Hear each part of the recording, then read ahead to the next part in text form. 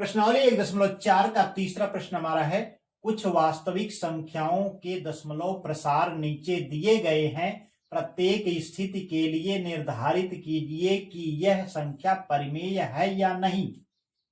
यदि यह परिमेय संख्या है और p बटा q के रूप की है तो q के अभाज्य गुणनखंडों के बारे में आप क्या कह सकते हैं।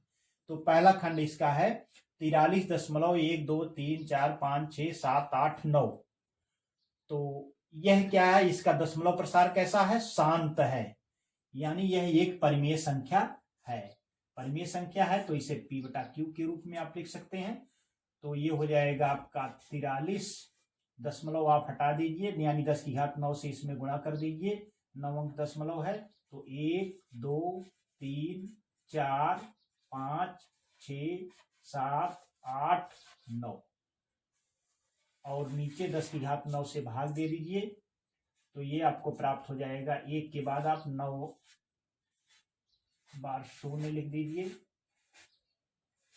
1 2 3 4 5 6 7 8 9 1 2 3 4 5 6 7 8 9, यानी हमने 9 अंक दशमलव हटा दिया और उसके बाद यह है 10 की घात 9, यानी एक के बाद 9 बार शून्य लिख करके इसमें भाग दे दिया, तो इसके सारे दशमलव हट जाएंगे। तो आगे इसको आप लिख सकते हैं p बटा q के रूप में यह हो गया बराबर p बटा q। अब आप देखिए 43 1 2 3 4 5 6 7 8 9, ये कितना हो गया, 10 की घात 9। 10 की घात 9 हो गया तो आप इसे लिख सकते हैं 43 1 2 3 4 5 6 7 8 9। 10 की घात 9 को आप लिख सकते हैं एक ब्रैकेट में 2 गुणे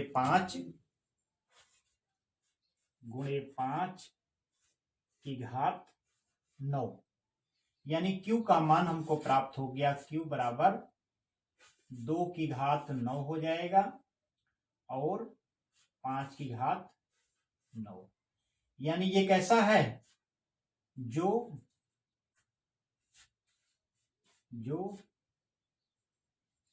2 की घात n 5 की घात m के रूप का है। इसलिए 43.123456789 एक परिमेय संख्या है, परिमेय संख्या है। तो यहां पर हमको q के अभाज्य गुणनखंडों के बारे में बताना था। तो q के अभाज्य गुणनखंड क्या है, 2 की घात n 5 की घात m के रूप के हैं। यहाँ पर n और m बराबर हैं, अर्थात यह एक क्या है, परिमेय संख्या है। आइए हम बढ़ते हैं इसके दूसरे खंड की तरफ। तो तीसरे प्रश्न का हमारा दूसरा खंड है 0.120, उसके बाद 1200, फिर 120000, 120000, इसके बाद भी देखिए जारी है, यानी क्या है, ये समाप्त नहीं है, अनवरत आगे इसका दशमलव प्रसार चलता रहता है। इसका अर्थ यह है क्या है कि इस दशमलव प्रसार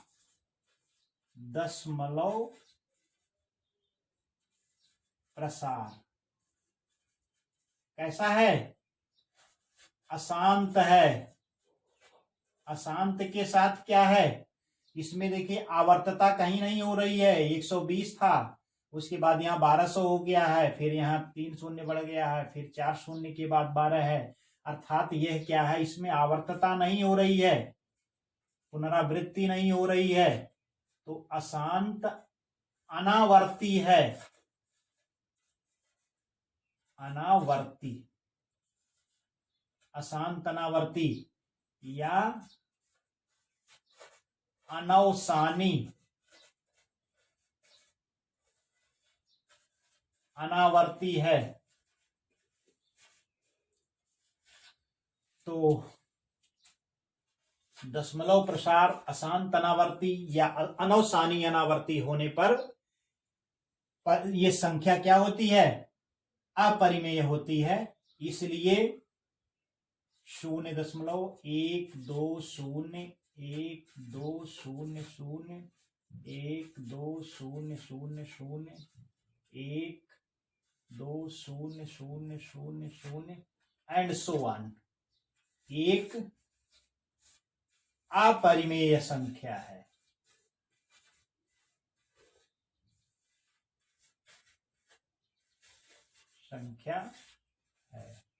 क्योंकि जिन संख्याओं के दशमलव प्रसार अशांत अनावर्ती होते हैं वे अपरिमेय संख्याएं होती हैं। आइए हम बढ़ते हैं तीसरे खंड की तरफ। तीसरे प्रश्न का तीसरा खंड हमारा है 43.123456789।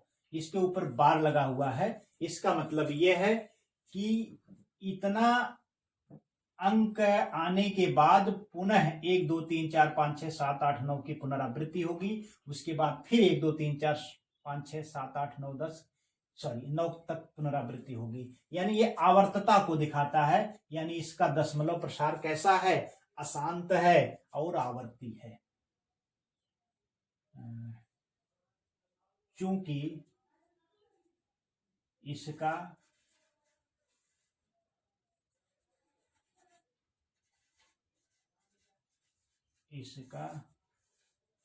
दशमलव प्रसार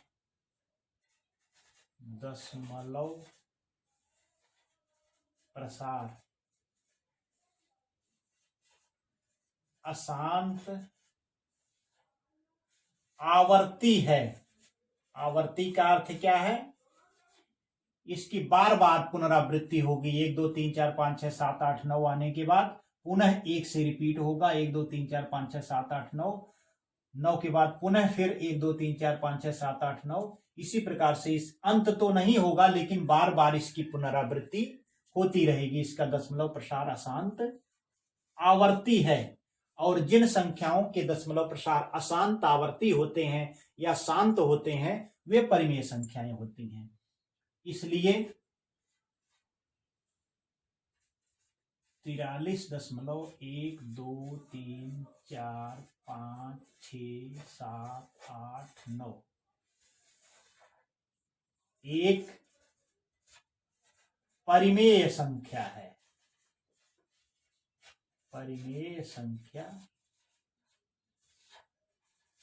है। तो प्रश्न में हमने बताना था परिमेय संख्या है या नहीं। तो यह एक परिमेय संख्या है क्योंकि इसका दशमलव प्रसार अशांत आवर्ती है। अब आगे लिख रहे हैं कि यदि परिमेय संख्या है तो P बटा Q के रूप की है। तो परिमेय संख्या है तो इसे P बटा Q के रूप में हम लिख सकते हैं। तो Q के अभाज्य गुणनखंडों के बारे में आप क्या कहेंगे? तो अशांत आवर्ती है यानी Q के अभाज्य गुणनखंड जो होंगे Q के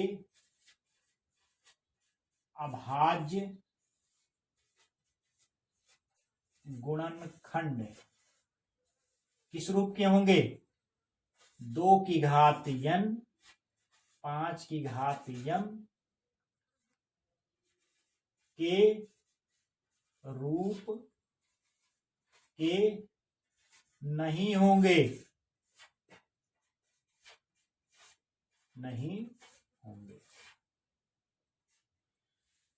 आपको हमने इसके पहले वीडियो में बताया था कि जो संख्याएं जिन संख्याओं के दशमलव प्रसार अशांत आवर्ती होते हैं उनमें Q यानी हर जो होता है उसके अभाज्य गुणनखंड जो होते हैं 2 की घात n 5 की घात m के रूप में नहीं होते हैं। केवल शांत दशमलव प्रसार वाली संख्याओं के अभाज्य शांत दशमलव प्रसार वाली संख्याओं में P बटा Q यानी Q के अभाज्य गुणनखंड 2 की घात n 5 की घात m के रूप में होते हैं। चूंकि यह अशांत आवर्ती दशमलव प्रसार है इसलिए Q के अभाज्य गुणनखंड जो होंगे 2 की घात n 5 की घात m के रूप में नहीं होंगे।